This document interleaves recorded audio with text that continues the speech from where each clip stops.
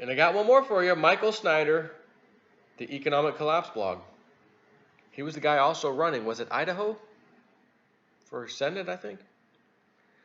The 11th hour, 8 examples of mainstream media sources, of all places, warning us of imminent economic disaster. Are we on the verge of another great financial crisis, a devastating recession, and a horrific implosion of the global debt bubble? On my website, I have been relentlessly warning my readers about the inevitable consequences of our very foolish actions. But now the mainstream media is beginning to sound like the Economic Collapse blog. The coming crisis is so close now that a lot of them are starting to see it. And of course, economic disaster is already a reality for much of the rest of the planet. For years, the mainstream media told us that things would be better, get better. In a lot of ways, we did see some improvement, but now the tone of the mainstream media has become quite ominous. And that is definitely not a positive sign. The following are 8 examples of mainstream media sources warning us of imminent economic disaster. Forbes, number 1. Disaster is inevitable when America's stock market bubble bursts. As shown in this report, the U.S. stock market is currently trading at extremely precarious levels, and it won't take much to topple the whole house of cards. Once again, the Federal Reserve, which was responsible for creating the disastrous dot-com bubble and housing bubble, has inflated yet another extremely dangerous bubble in its attempt to force the economy to grow after the Great Recession of 2008, of course. History has proven time and time again that market meddling by central banks leads to massive market distortions and eventual crises. As a society, we have not learned the lessons that we were supposed to learn from 1999 and 2008. Therefore, we are doomed to repeat them.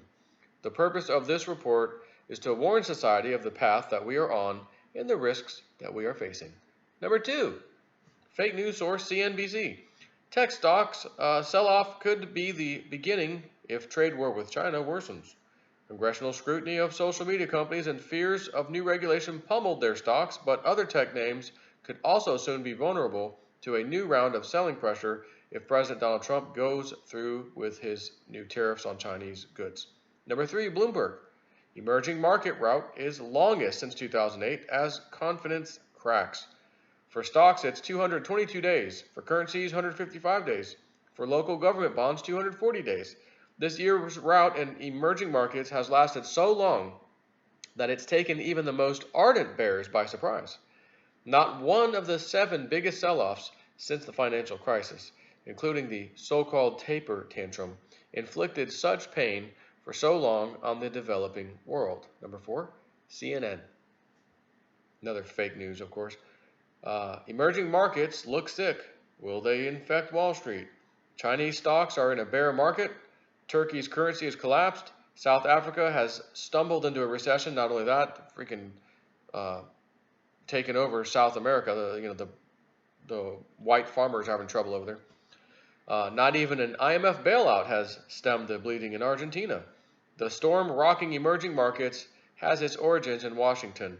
Vulnerable currencies plunged as the U.S. Federal Reserve steadily raised interest rates, and President Donald Trump's trade crackdown added gasoline to the fire. The trouble could spread, infecting other emerging markets or even Wall Street. Number 5, the motley fool. 6 signs the next recession might be closer than we realize.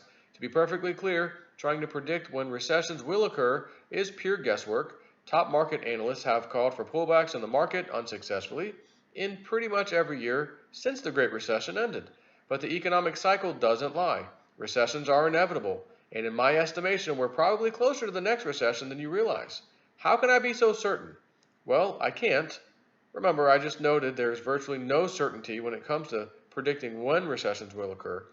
There are, however, 6 warning signs that suggest a recession could be, in relative terms, around the corner. Number 6, Forbes. U.S. household wealth is experiencing an unsustainable bubble. Since the dark days of the Great Recession in 2009, America has experienced one of the most powerful household wealth booms in its history. Household wealth has ballooned by approximately $46 trillion, or 83%, to an all-time high of $100.8 trillion. While most people welcome and applaud a wealth boom like this, my research shows that it has actually another dangerous bubble that is similar, it is actually another dangerous bubble that is similar to the U.S. housing bubble of the mid-2000s. In this piece, I will explain why America's wealth boom is artificial and heading for a devastating bust. Number 7, Savannah Now. I've never heard of Savannah Now, but it's on this list. Let's go with it. Global debt soars along with fears of crisis ahead. We were supposed to correct the debt bubble, said David Rosenberg. Hi, is David around? I'm his brother, Saul. Saul Rosenberg, chief economist at Gluskin-Sheff, a wealth management firm. What we did instead was create more debt. And finally, number 8, back to CNBC. The emerging market crisis is back. And this time it's serious. But markets are feeling a sense of deja vu. Blame it on a stronger dollar, escalating tensions since Donald Trump came to power, worries over a full-fledged trade war with China, or rising interest rates in the U.S. This time around, the crisis seems to have entered a new phase. The damage is far more widespread. The crisis has engulfed countries across the globe, from economies in South America to Turkey, South Africa, and some of the bigger economies in Asia, such as India and China. A number of these countries are seeing their currency fall to record levels, high inflation and unemployment, and in some cases, escalating tensions with the United States. So that's the end of the 8 things, but then the article finishes by saying, I don't think that we have seen such ominous declarations from the mainstream media since the last global financial crisis in 2008. And the mainstream media is not alone. Yesterday, I discussed the fact that the tech executives on the West Coast are setting up luxury survival bunkers in New Zealand in order to prepare for what is ahead. They all know what is coming, and they also know that it is approaching very rapidly. This chapter in American history is not going to end well. On some level, all of us understand this. Storm clouds have been building on the horizon for quite some time, and the warning signs are all around us. Our day of reckoning may have been delayed, but it was not canceled. America has a date with destiny, and it's going to be exceedingly painful. Again, according to Michael Snyder, Economic Collapse blog. I look at the data too. I mean, you probably saw my long video with Bitcoin Ben this morning. And, speaking about this pain coming, I'm just interested to see what Donald Trump how he deals with this. We got a pro-Security Exchange Commission guy, pro-crypto Security Exchange Commission guy that was just put in. I mean, I wonder, seriously, deep down, does Donald Trump know all this? Probably does. And it's like, all the crypto people, you guys are going to get a bailout. Not because he has to do anything, but because all this money is going to flood into here. All this scared money everywhere else, seeing signs, cracking everywhere, wants to go somewhere, and it ends up going to cryptos. And the government ain't going to stop it. And you and I, who've been hodling and playing little games over here, waiting patiently or impatiently, may be the beneficiaries of some serious wealth if we're just flipping patient. So we shall see. Again, it's an exciting time to be around, but if you're not on the right side of history there, or events, it could suck for you. That's why I'm hoping, fingers crossed, hoping crypto. It's a hope.